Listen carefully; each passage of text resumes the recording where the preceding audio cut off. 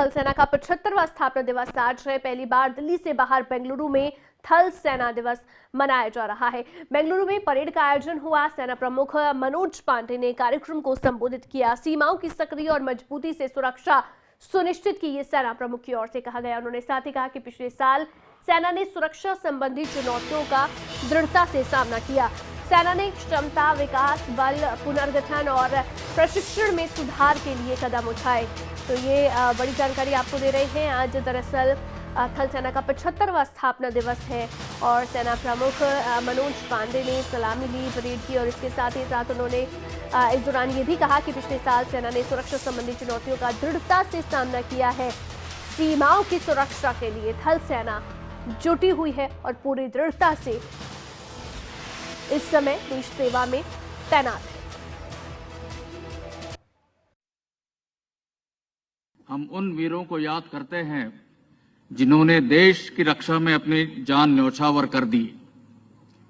उनके शौर्य और बलिदान की गाथा आने वाले पीढ़ियों को प्रेरित करते रहेगी।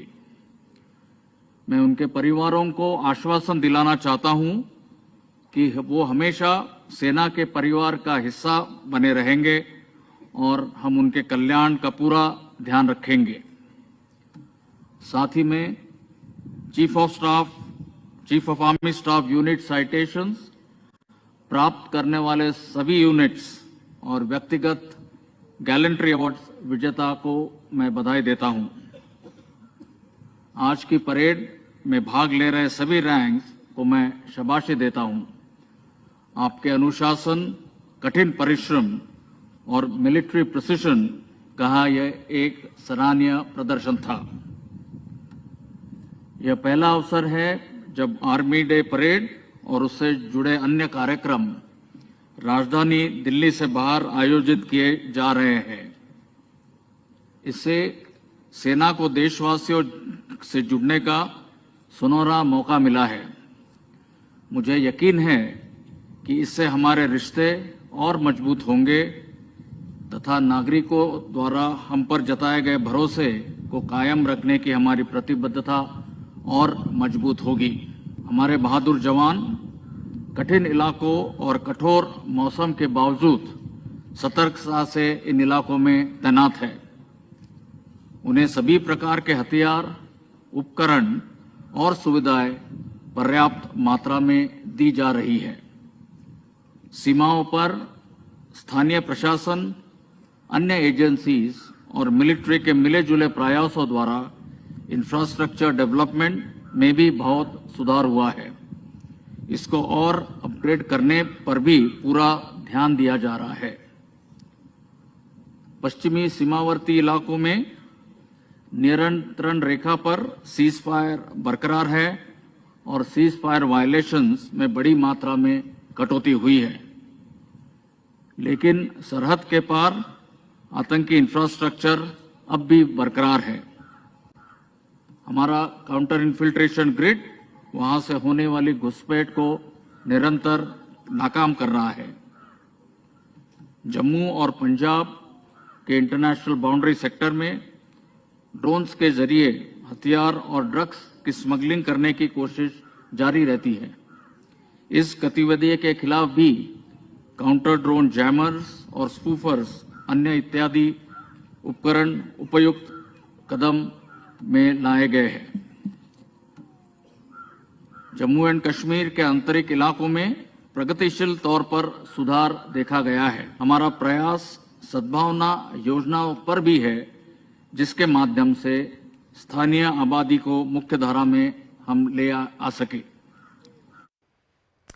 तो थल सेना दिवस आज मनाया जा रहा है। थल सेना का 75वां स्थापना दिवस आज है और ऐसे में आज सभी जो वीर जवान हैं उनको याद किया जा रहा है, उन्हें श्रद्धांजलि भी दी जा रही है। लेकिन इसके साथ ही साथ आपको ये भी बता दें कि दरअसल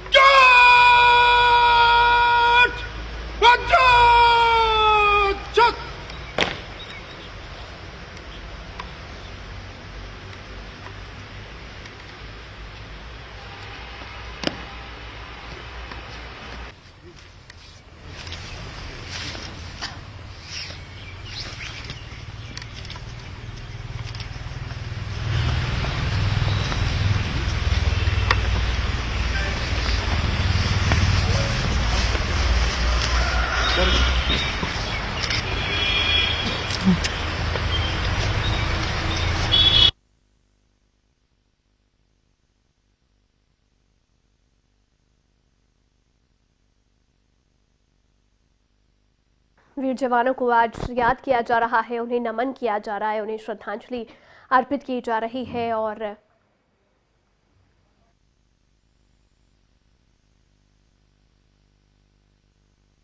Meet you all here on the occasion of the 75th Army Day.